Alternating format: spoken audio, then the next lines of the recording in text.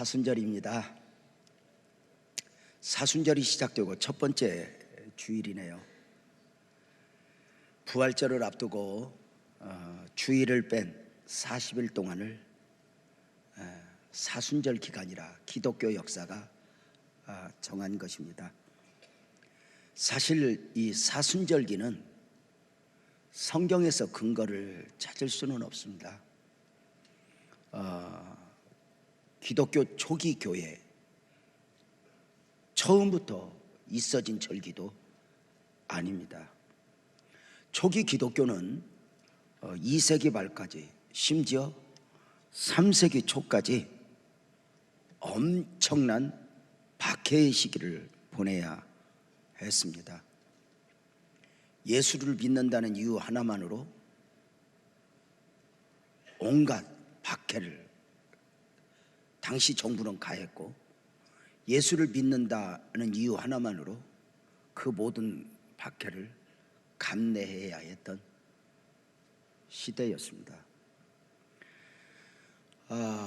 이야기들이 많이 있죠. 대표적으로 로마의 원형극장에 기독교인들을 몰아넣고 배고픈 굶주린 사자들을 풀어 먹잇감이 되게 하는 그 피비린내 나는 모습을 그 로마 군중들이 보면서 그 열광하고 미친 듯이 즐겼던 그런 핍박의 시대였죠.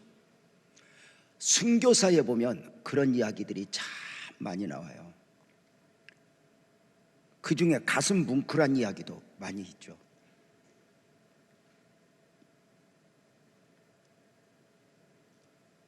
원형극장 안에 사자를 풀어놓고 예수 믿는 사람들을 하나씩 던질 때 당시 정부에서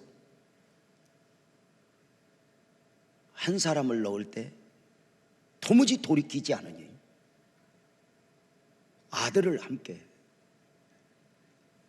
그 사자 앞에 던지게 됩니다.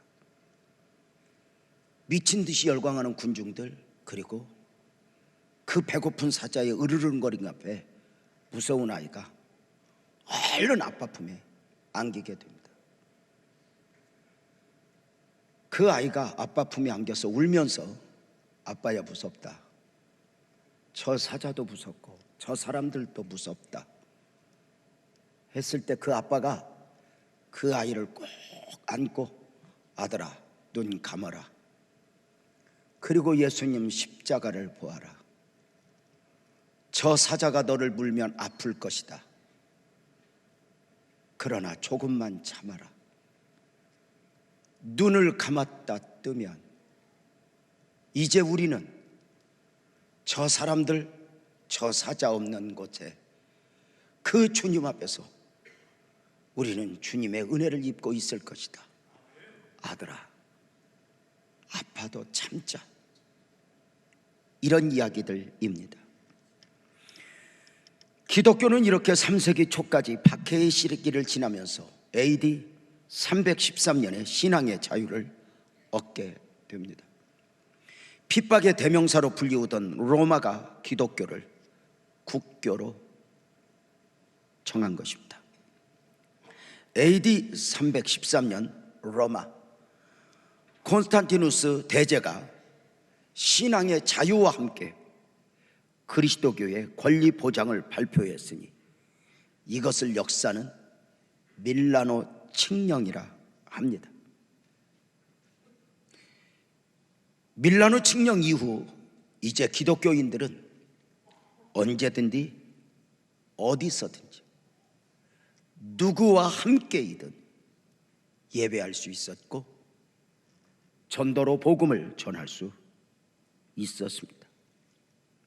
안타까운 것은 이 밀라노 칙령이 순수한 종교적 목적보다는 정치적 목적에서 선포되어지면서 기독교는 신앙의 자유와 함께 엄청난 위기를 맞게 됩니다.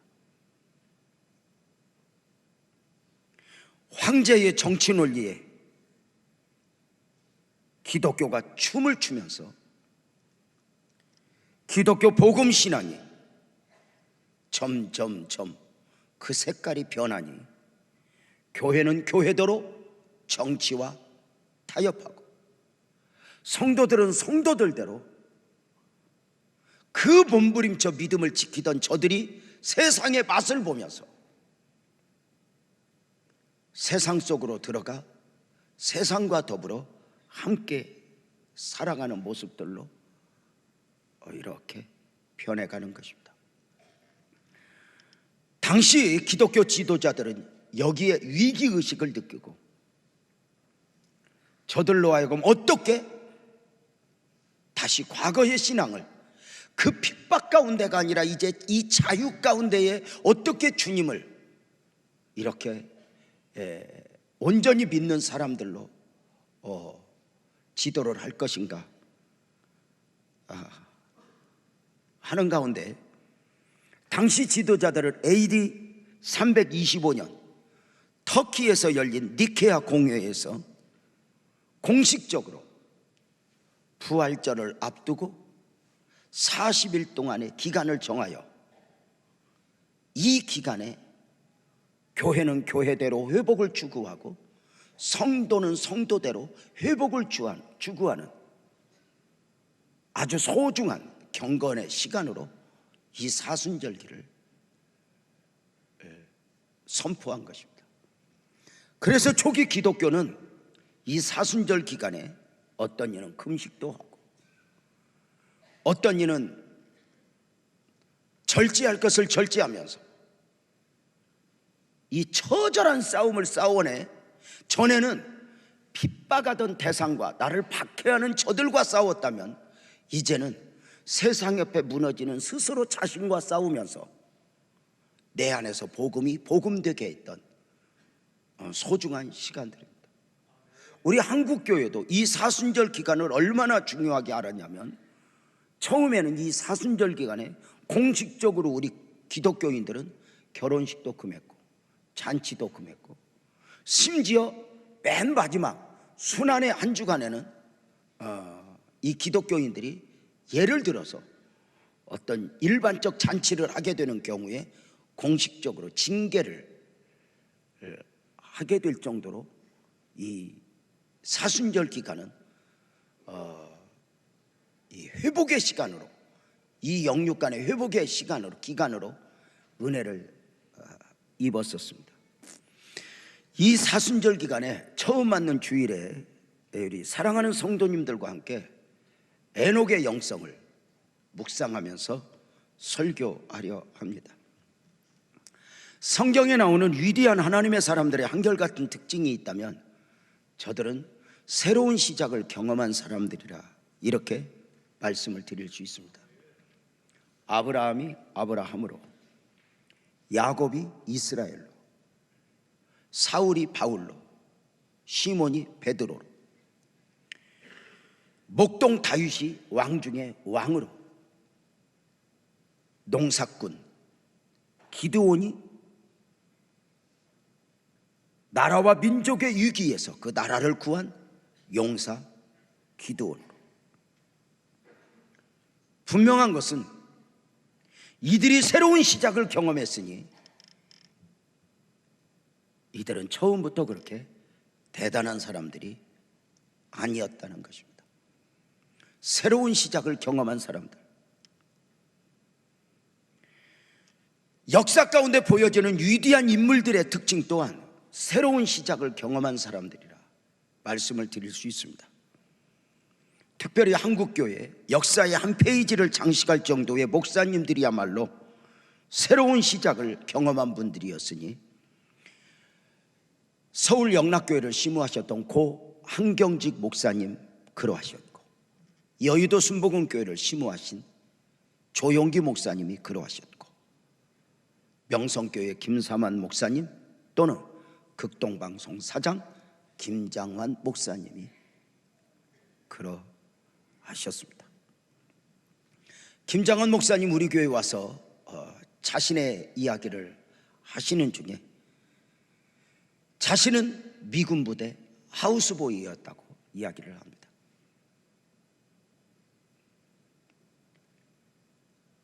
새로운 시작을 경험했다. 시작은 미약했지만, 너무도 평범했지만, 어쩌면 그 개인적으로 가능성이 보이지 않았지만, 저들만이 아니라 여러분이 앉아 예배하는 이 빛나교회도, 그리고 여러분의 목사 또한 새로운 시작의 은혜를 입은 사람이라 말씀을 드릴 수 있습니다. 이 땅을 살아가는 많은 사람들은 새로운 시작을 원합니다.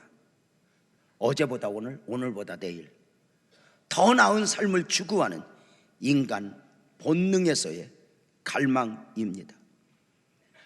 자신의 삶에 새로운 시작이 있었으면 좋겠다는 갈망 가운데 사람들은 처절한 노력을 합니다. 그 새로운 시작을 원하며 공부를 합니다. 자격증을 땁니다. 이직을 하기도 합니다. 그 새로운 시작을 원하며 결혼도 합니다. 너무도 평범한 이 직장 생활, 새로운 시작을 원하며 다 던지고 사업을 하기도 합니다. 그럼에도 불구하고 마치 광야 인생이 방황하듯 새로운 시작이 되었나 싶으면, 사람이 만든 새로운 시작은 언제나 6개월 정도만 지나면 다시 옛날의 나로 돌아와 있다는 것을 부인할 수 없습니다. 사람 안에서 사람이 스스로 새로운 시작을 만들어낼 수 없다는 것입니다. 위대한 하나님의 사람들의 한결같은 특징이 새로운 시작을 경험했다면, 저들의 새로운 시작은 어디에서? 바로 창조주 되신 하나님을 만남으로입니다. 하나님이 내 삶에 들어오사 내 삶을 터치하면서 어느 순간 나도 나가 아니게 나를 변화시켜 축복하는 것입니다. 단순히 좀 착해지는 정도가 아니라 어느 순간 내가 아니네, 나를 만들어내시는 그 하나님, 그 하나님 안에 새로운 시작이 있으니, 왜냐하면 그 하나님은 인류 역사를 처음 창조하실 때 당시만이 창조주 하나님이 아니라, 아멘 합시다, 지금도 여전히 저와 여러분의 창조주가 되십니다. 새로운 시작을 만들어내시는, 교회에도 아멘 합시다, 여러분의 가정에도, 그리고 내 개인적 삶에도 새로운 시작을 만들어내시니, 이사야 선지자는 이사야서 40장 18절 19절에 그 하나님을 이렇게 소개합니다. 너희는 이전 일을 기억하지 말며 옛날 일을 생각하지 말라. 이상하지 않습니까? 하나님은 원래 그 이전에 행하셨던 역사, 이전에 행하셨던 기적들을 기억되기를 원하시고 경험되어지기를 원하시는 분이 하나님입니다. 기념비를 세워라, 에베네살 기념탑을 세워라. 그런데 그 하나님이 마치 하나님이 아닌 것처럼 이전 일을 기억하지 말라. 이 말은 과거의 기적에 매이지 말라.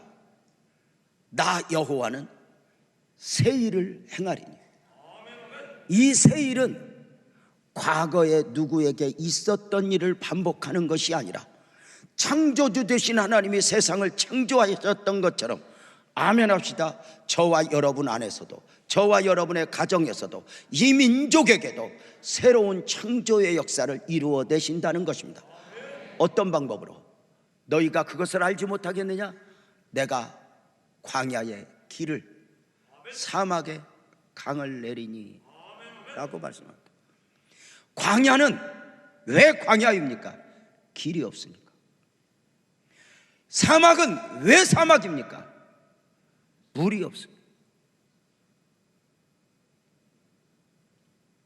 그 광야의 길이 나는 순간 더 이상 광야는 광야가 아니게 됩니다.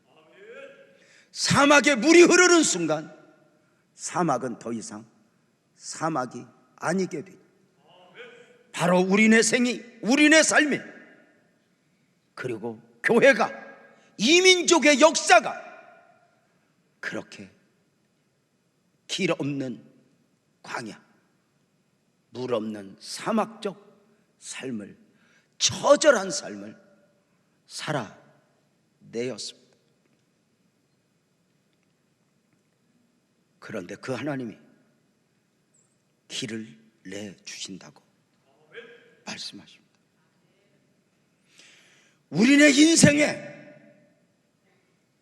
길이 없는 곳에 길, 물이 없는 곳에 물이 흐르게 하사 광야의 인생을 광야 아니게, 사막의 인생을 사막이 아니게, 이것을 바꾸어 주시는 방법, 원리가 바로 무엇입니까? 여러분 아십니까? 이런 표현이 있습니다. 내가 만든 길은 길이 아니다. 우리는 우리 스스로 내 삶의 길을 만들어 보려고 무던히 애써 보지만 우선의 길은 길이 아닙니다.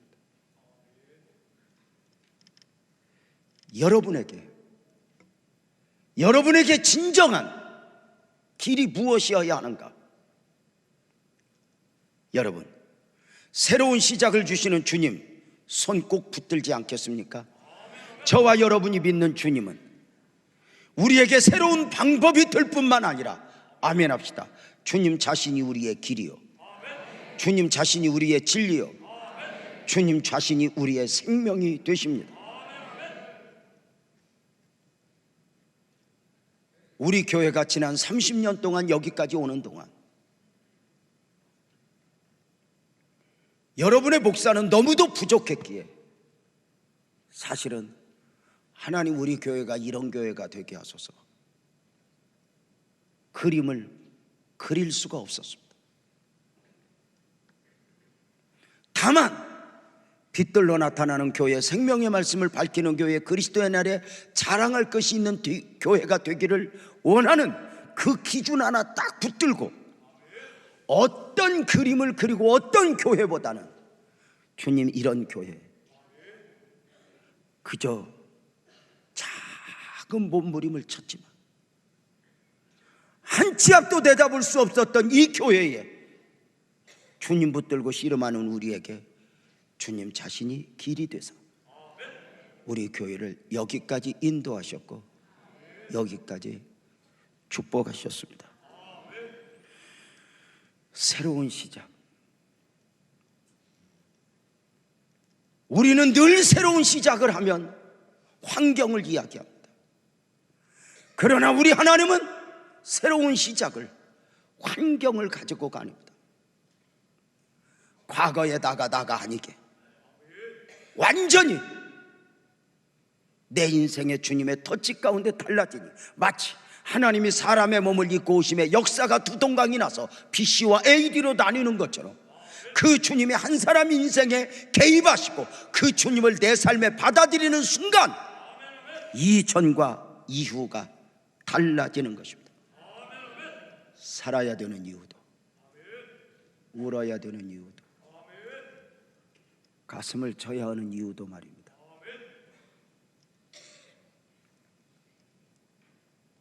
내 자신이 달라진다? 그저 교회 하나 더 짓고 사역의 범위 넓혔다고 내가 달라졌다고 말할 수 있는가? 우리가 선교 헌금을 좀 했다고 내가 달라질 수 있는가? 진짜 달라진 사람은 자신이 자신을 보고 놀라는 것입니다. 과거에 나가 아니게 말입니다. 여러분은 이런 경험을 하셨습니까?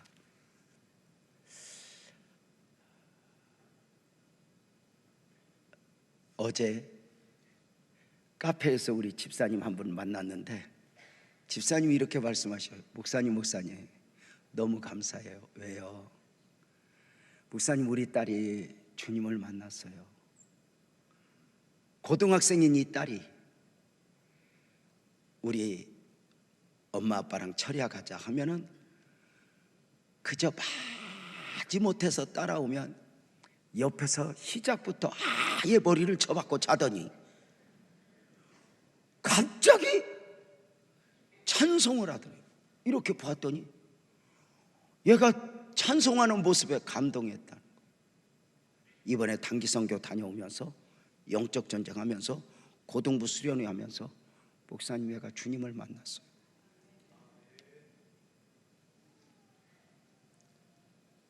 여러분의 은혜가 여러분을 어느 정도 터치했습니까? 오늘 1부 예배 마치고 한 성도님이 가시면서 활짝 웃으면서 목사님 감사해요. 왜요? 목사님 제가 은혜 받고 변했어요. 내가 너무 착해진 것 같아요. 그러고 가시더라고요.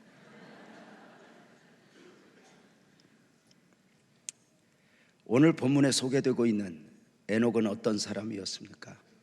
성경은 에녹을 무엇이라 소개하고 있습니까? 에녹은 최악의 상황 가운데서 하나님과 동행하는 삶을 살아냈다입니다.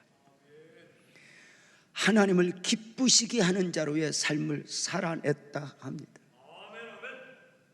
하나님을 기쁘시게 하는 자로 삶을 살아냈으니 그는 죄악의 상황 속에서 복음을 전하는 자로 삶을 살다가 그렇게 믿음으로 하나님과 동행하며 하나님을 기쁘게 하는 자로의 삶을 살다가 한 생애를 어떻게 마무리했는가? 히브리서 11장 5절은 이렇게 말합니다.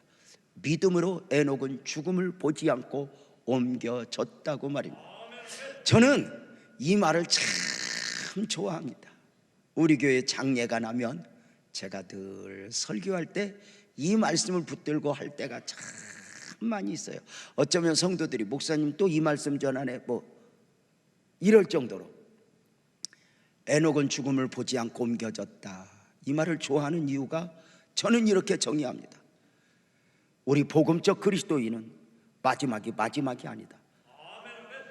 우리 그리스도인의 죽음은 죽음이 아니다. 옮겨간 것이다. 땅에서 하늘로, 우리 곁에서 주님 곁으로. 질병과 시기와 질통과 아픔과 기다림 여러 가지가 쌓여 있는 곳에서 다시는 그런 것이 없어도 되는 것으로 옮겨간 것이다. 당신의 부모는 옮겨갔으니 내 곁에 아니 계신다 하여 슬퍼하지 말고 잘 보내드리자 하는 것입니다. 옮겨갔다. 옮겨기기 전에 그는 하나님을 기쁘시게 하는 자라는 증거를 받았다. 놀랍죠. 에녹은 도대체 어떻게 이런 삶을 살아낼 수 있었을까? 처음부터? 아니요. 에녹의 시작은 우리와 같았습니다. 처음부터 에녹이 하나님과 동행하는 삶을 살았던 것이 아니니 창세기 5장 21절 22절을 확인하면 에녹은 65세에 무드셀라를 낳았고 무드셀라를 낳은 후 300년을 하나님과 동행하며 자녀들을 낳았다라고 말합니다. 에녹은 365세를 살았는데 65세까지는 하나님과 동행하지 않았고 365세 중에 나머지 300년을 하나님과 동행하는 삶을 살았다고 성경은 말씀하고 있습니다. 65세까지는 하나님과 동행하지 않았다. 여러분들 좋아하니까 우리 이 축복 한번 합시다. 우리 크게 한번 아멘 할 사람 없으시죠? 여러분 365세까지 사십시오. 아하, 저 목사님이 말로 했구나. 이건 이루어질 가능성이 없으니 아마 우리 아내가 있었으면 크게 아멘 했을 텐데 그 여자 오래 사는 거 되게 좋아합니다. 365세 그는 65세까지는 하나님과 동행하지 않고 300년을 하나님과 동행해서 그렇다면 여기서 우리가 정리를 해야 됩니다. 에녹이 하나님과 동행하지 않았던 65세까지는 하나님을 모르는 자였는가? 만약에 그러하다면 우리는 자유합니다. 왜요? 우리는 하나님을 아는 자로 교회를 다니는 자로 내가 하나님과 동행하고 있다고 우리 삶을 정의하면 되니까요. 그러나 에녹은 오늘날로 말하면 교회도 다니는 자였고 하나님을 아는 자였고 예배하는 자였고 교회를 주의를 지키는 자였습니다. 단 하나님과 동행하지 않았습니다. 세상과 동행하는 자였습니다. 살아야 되는 이유, 삶의 목적이 세상에 있었습니다. 삶의 가치가 하나님 안에 있었던 것이 아니라 하나님을 알지만, 하나님을 믿지만, 주의를 지키지만, 예배는 드리지만 삶의 이유는 세상 사람들과 똑같이 세상에 있으니 세상과 동행하는 삶을 살았습니다. 하나님을 기쁘시게 하는 자가 아니라 자기를 기쁘게 하는 자로, 하나님이 무엇을 원하느냐가 중요한 사람이 아니라 내가 무엇을 원하느냐가 중요한 사람으로, 말씀이 무엇을 요구하는가가 아니라 자기 소견에 오른 대로 그 에녹이 어느 한순간 신앙의 색깔이 완전히 바뀐 것입니다. 대강 믿어서는 안 되는 사람으로, 대강 살아서는 아니 되는 사람으로,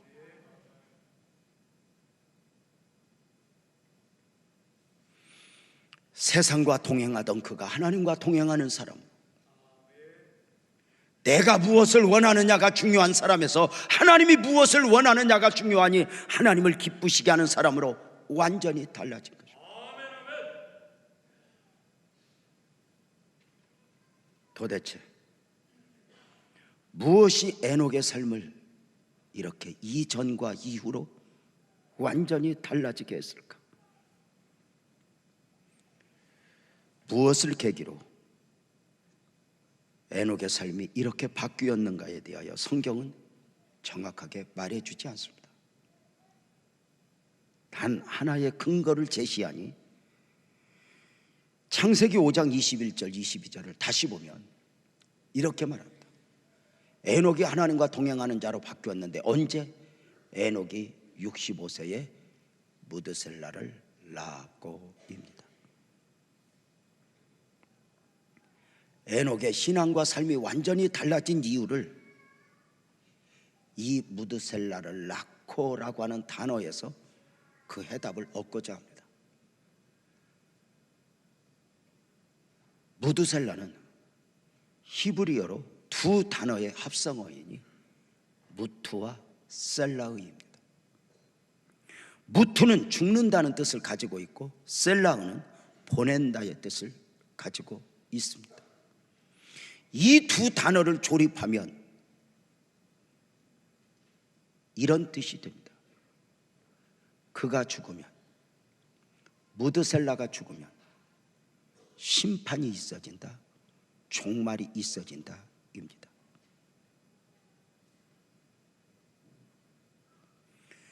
무드셀라를 낳고 신앙의 색깔이 완전히 바뀌었다면, 이 말씀 안에서 해답을 찾자면 에녹은 무드셀라를 낳는 가운데 종말의 메시지를 받은 것입니다. 얘가 죽으면 너에게 심판이 있어질 거야. 얘가 죽으면 인류에게 심판이 있어질 것이야. 메시지입니다. 종말의 메시지를 받은 무드셀라는 그 말씀 앞에서 자기 자신을 변화시켜야 했습니다. 대강 믿어서는 안 되는 사람, 세상이 아니라 하나님과 동행하는 사람, 깨어 있어야 하는 사람으로 완전히 달라진 것입니다.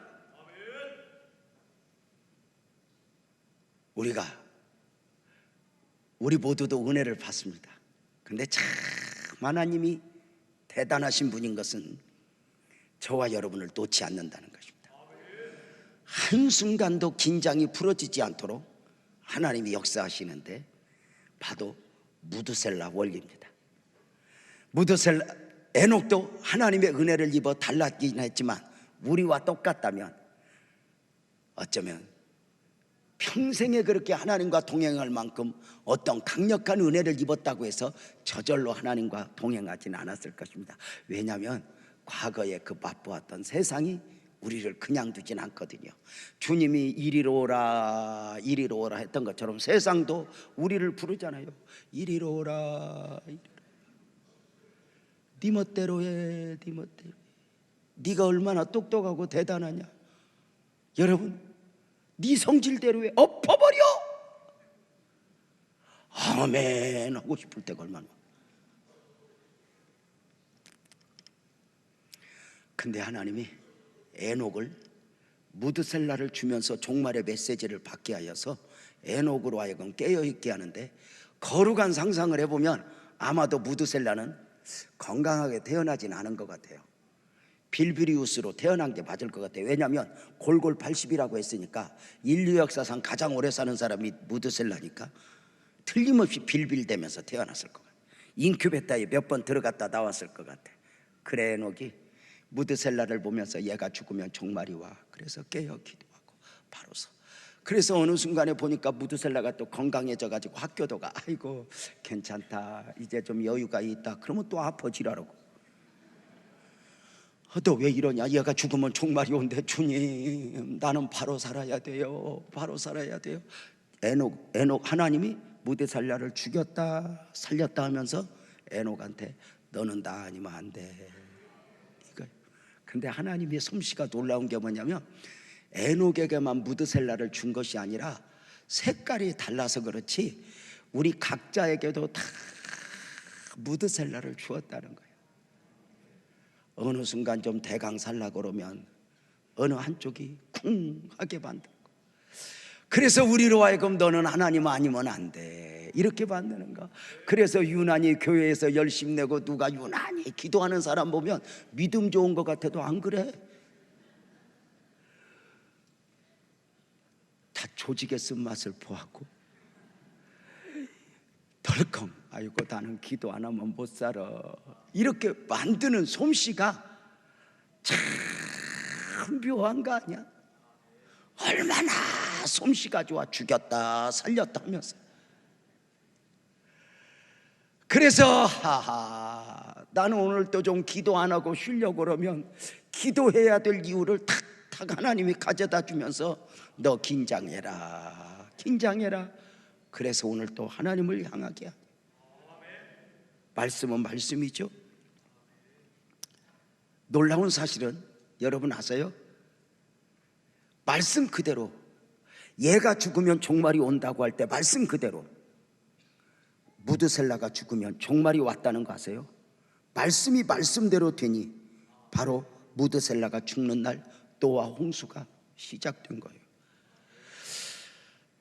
인류 역사상 가장 오랫동안 살았던 무드셀라의 969세의 삶을 잠깐 정리를 해보면 창세기 5장 25절을 보면 이렇게 말해요. 잘 보세요.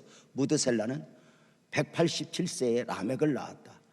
그러니까 라멕을 아들로 낳았는데 라멕이 태어날 때 무드셀라가 969세를 산 중에 처음 아들을 낳은 게 187세입니다 28절에 보면 라멕은 182세의 아들을 낳고 이름을 노아라 했으니 이 노아가 태어날 때 무드셀라는 몇 살이에요?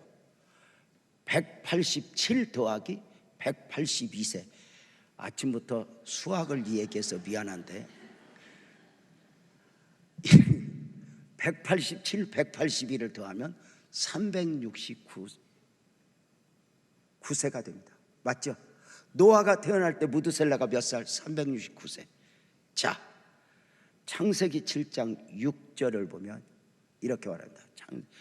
홍수가 땅에 있을 때 노아가 600세다.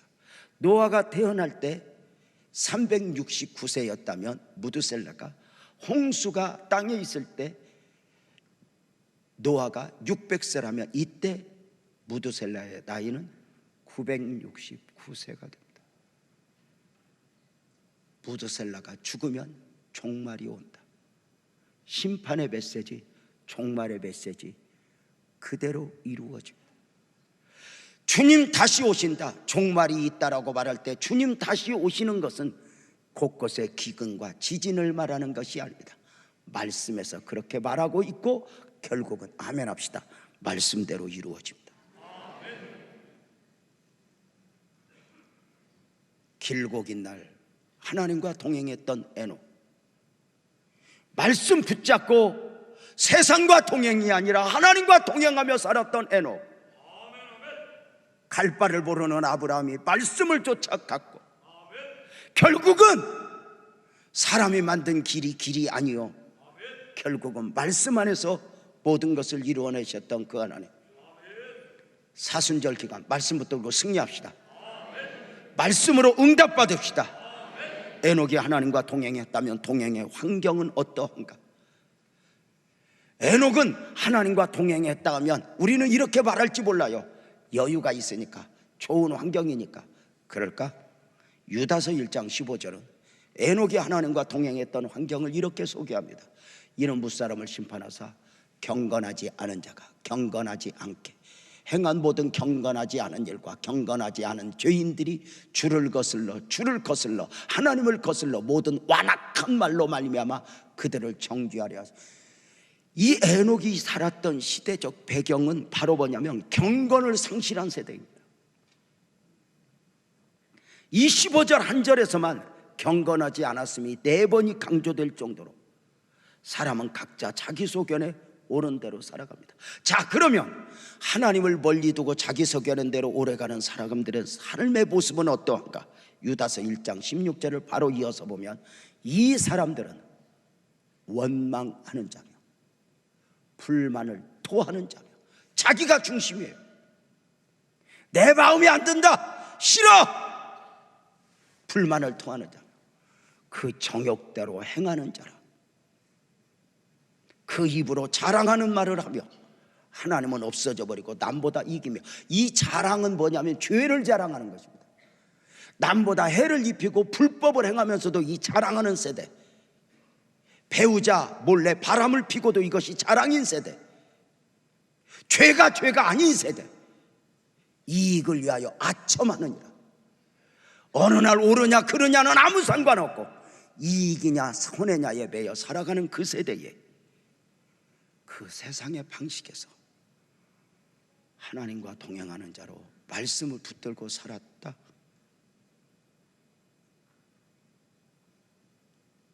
그 처절함 속에서.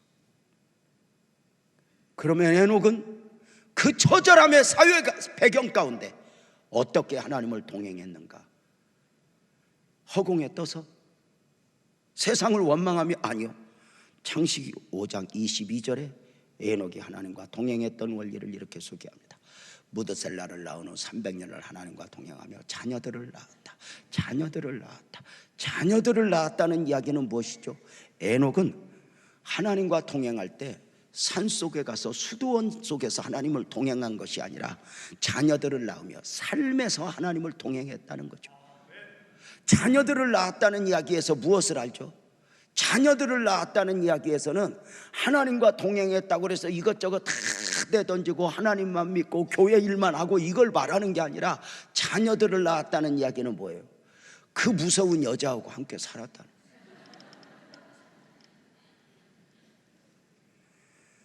우리 교회 남자 집사님 한 분이 나한테 와서 그래, 목사님 나는요 요새 집에 가면 무서워요.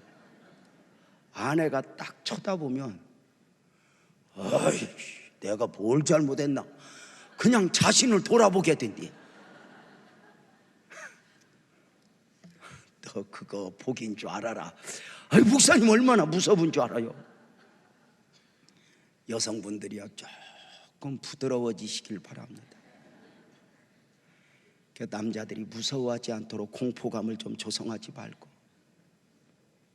남자들이 평안할 수 있도록 좀 배려를 해주시겠으면 좋겠습니다. 우리 교회 모든 남성들을 대신해서 목사가 부탁합니다.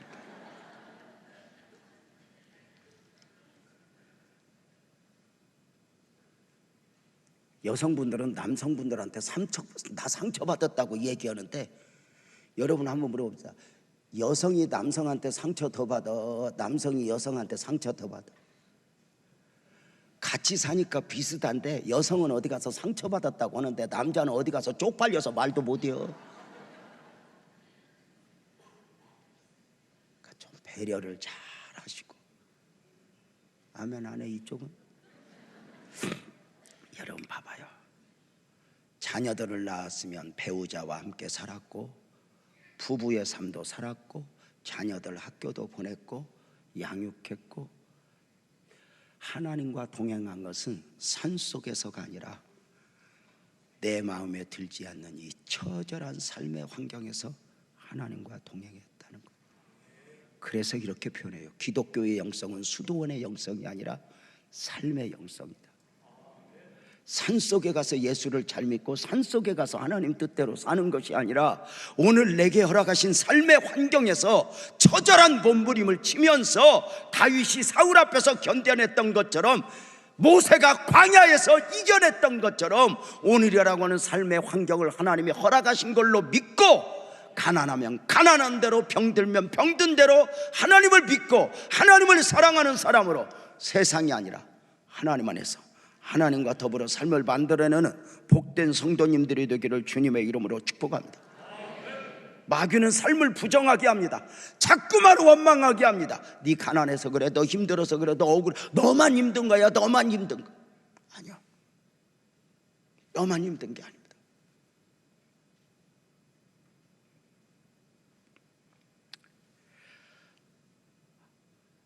사람들은 그렇게 주님과 동행하며 하나님 안에서 사는 게 무슨 재미가 있냐, 뭐 세상이 재밌는 것처럼 이야기하지만 가끔 보면 우리 이렇게 교회를 나오다 안 나오시는 분들 이렇게 하면은 아이고 목사님 예수 믿는 거 재미도 없고 진부하고, 아유 뭐 목사님 설교도 그렇고.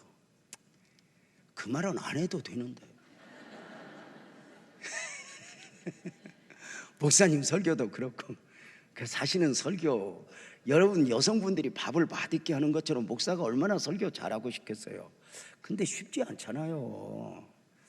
정말 잘하고 싶은데 정말 쉽지 않잖아요. 그래서 우리 교회도 이렇게 예배를 드리면 오자마자 졸기 시작하고 끝날 때쯤 깨는 분도 있으니까 늘 조는 분이니까 참 와서 고맙다 그저 이렇게 여기지만 어느 교회에 권사님 한 분이 예배 시간마다 조는 정도를 넘어 자니 목사님이 두고 보다 탄식하듯 권사님 손을 붙잡고 한마디 했대. 권사님 해도 너무하여. 왜요?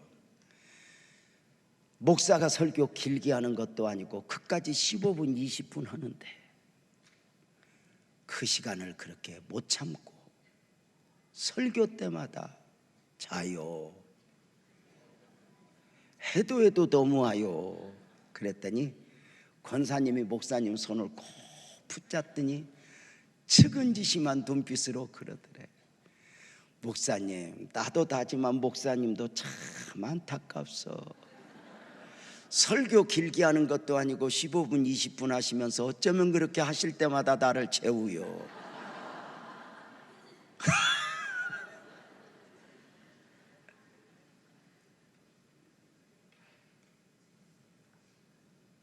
여러분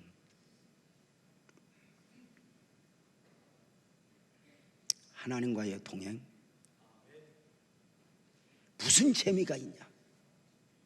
그러면 우리 예수 안 믿는 사람들 세상에서 누리는 재미가 무엇인가 한번 봅시다.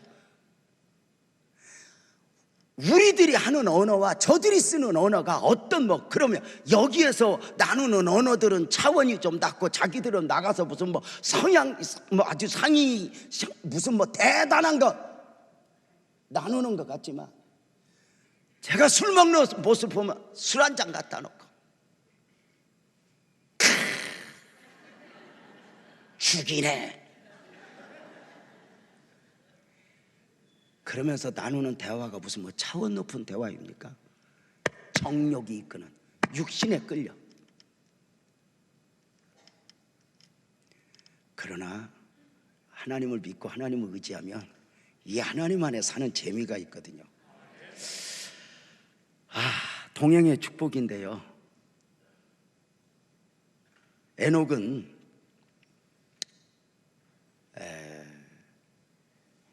하나님과 동행하면서 살았어요.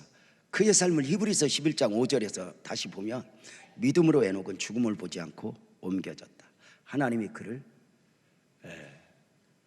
옮기심으로 이렇게 옮기셨대요. 이 말이 너무 좋은 거예요.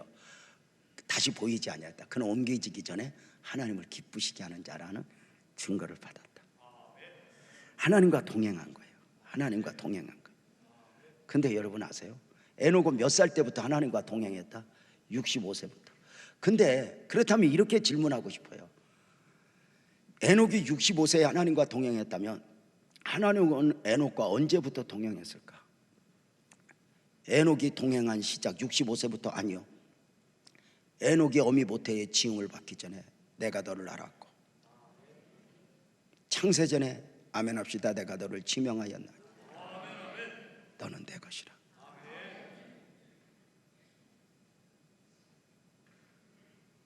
우리가 예수를 40살 때부터 믿었으면 40살부터 하나님이 은혜를 베푼 게 아니야. 예수를 믿고 은혜를 입고 딱 은혜의 안경을 쓰고 딱 내 삶을 돌아보면 내가 주님을 모른다 할 때 40살 이전에도 주님은 나를 사랑, 주님이 나를 얼마나 사랑.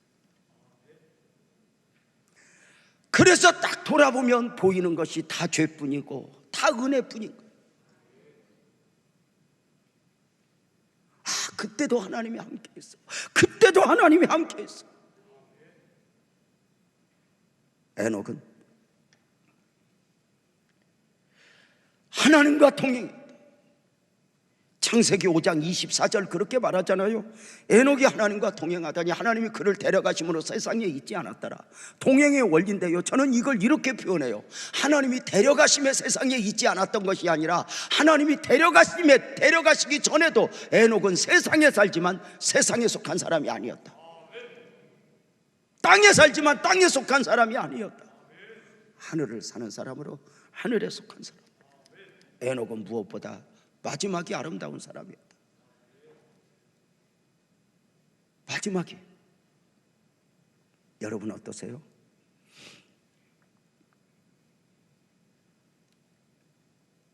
어느 한 교회에 아주 엉터리 집사님이 한 분 계셨어요. 집사님은 집사님이지만 교회도 나오고 싶을 때만 나오고 마시고 싶은 거 다 마시고 피우고 싶은 거 다 피우고 그저 자기가 원하는 대로 이렇게 살았던 그 집사님. 연말이면 늘 목사님이 교회는 오래 다녔으니까 친하기는 한데 도무지 믿음이 성장하는 걸 보면서 안 성장하는 걸 보면서 저 서리 집사를 서리를 띄어 말어 늘 고민하는 가운데 또 붙여주고 또 붙여준 가운데 어느 연말에 목사님이 친하긴 친하니까 이렇게 예배드리고 나오는 그 집사님 등짝을 한다 딱 때리면서 제발 좀 신앙생활 좀 잘해라 그렇게 엉터리같이 하지 말고 그랬더니 빙긋이 웃더니 목사님 엉터리요? 그날부터 내놓고 엉터리가 되는 거예요. 그런 거 있잖아. 바람 피다 걸린 놈이 아주 내놓고 핀다고. 비약이 좀 잘못됐나? 이제 그 뒤로부터는 왜 집사님 지난주일 교회 안 왔어요? 그럼 아이 목사님 엉터리한테 뭘 기대하세요? 이런 거. 아이 목사님 지난주에 집회사님 부흥인데 왜 아이고 엉터리한테 뭘 기대하세요? 뭐 그런 거. 이제는 어디 가서 담배 자꾸 이야기해서 미안해. 담배를 피워도 이제 내놓고 피워. 아니 왜 집사님 아예 엉터리인데 오죽하겠어요? 아예 면죄를 받았어. 이 엉터리 집사가 변화된 계기가 있었는데 어느 주일날 오후에 교회는 안 오고 교회는 오래 다녔지만 다닌 듯 만 듯 주일이 언젠가 모르니까 주일날 오후에 친구하고 술을 마시러 가는데 이 친구가 안 믿는 친구가 얘 교회 다니는 걸 알아. 가다가 장난하느라고 툭 치면서 이랬대. 너 교회 안 가냐 오늘?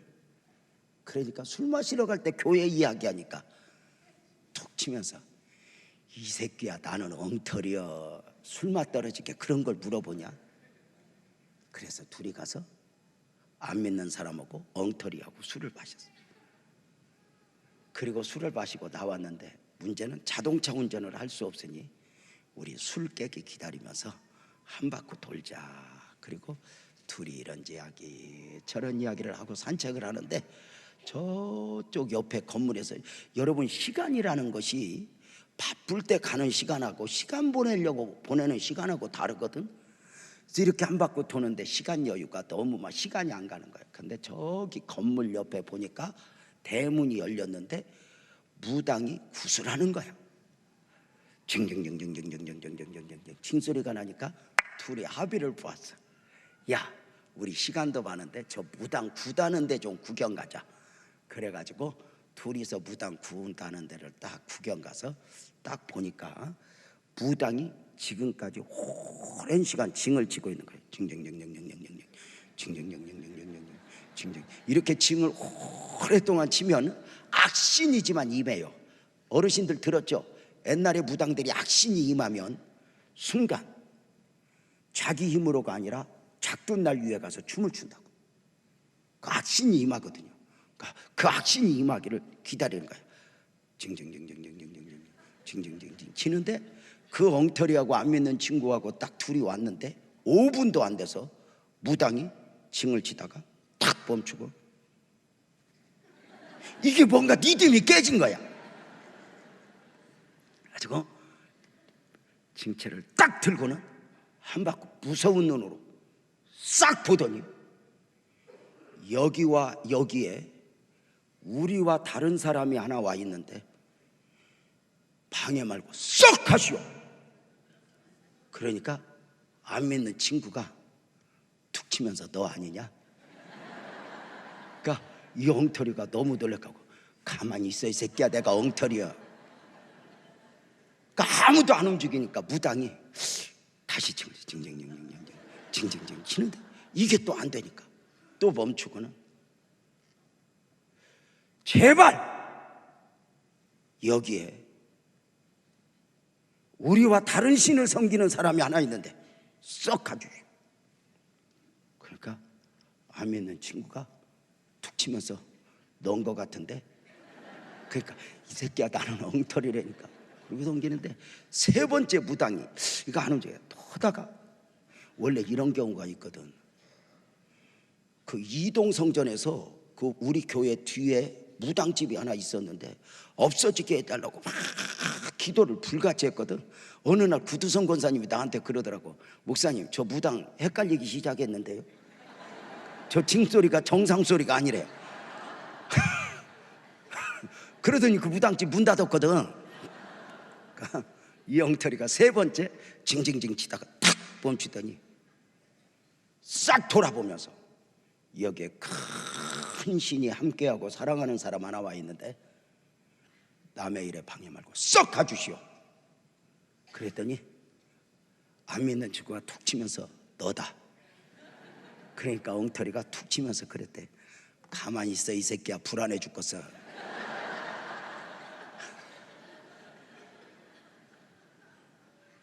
야, 우리들이 있다고 굿도 못하는 저 무당 가자. 그리고 둘이서 딱 걸음을 옮겨 나와서 50m도 걷지 않았는데 다시 징소리가 들리면서 순간 그 길바닥에서 다메섹 도상에서 사울이 주님을 만났던 거죠. 순간 거기에서 주님을 만납니다. 이 엉터리가 그 자리에서 무릎을 딱 꿇고 머리끝에서 발끝까지 전율이 돋는 가운데 안 믿는 친구에게 미안해, 너 좀 가, 너 좀 가. 그리고 그 자리에서 엎드려 울기를 이렇게 고백했대. 하나님, 죄송해요. 나는 한 번도 교회를 다니지만 하나님과 함께 한 적이 없는데 하나님은 지금까지 나와 함께 하셨네요. 나는 한 번도 하나님을 사랑한 적이 없는데 하나님은 나를 사랑하셨네요. 주님, 내가 몰랐어요. 주님, 내가 몰랐어요. 이제 알았어요. 그리고 그대로 목사에게 와서, 목사님, 하나님이 나를 사랑한대. 그러면서 그 삶이 완전히 바뀌었다.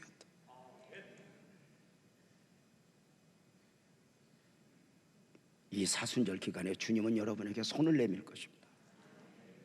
내가 더 사랑한다. 너는 대강살아서는 안 된다. 이 사순절 기간에 여러분 무엇을 결단하시겠습니까? 지금 주님과 적당한 거리를 둔 채 이런들 어떠하리 저런들 어떠하리가 아니라, 크고 대단한 것도 아니라 아주 작은 부분에서 잃어버렸던 그 무엇인가를 회복하여 기도, 예배, 주님을 향한 마음 다시 추스려 주님을 바라지 않겠습니까? 이 사순절 연습이 잘 되면 주님 다시 오시는 그날 우리는 가장 귀하게 주님을 만나게 될 것입니다. 여러분 무엇을 결단하시겠습니까? 여러분과 함께 그 결단을, 주님이 요구하는 그 결단을 주님 앞에 드리기를 원하며 여러분과 함께 찬송했으면 좋겠습니다. 오늘 찬송하고 예배 마치려고요. 우리 모두 자리에서 일어나서 주님 다시 오실 때까지 결단하며 찬송합시다. 이 사순절에 나는 누구여야 하는가?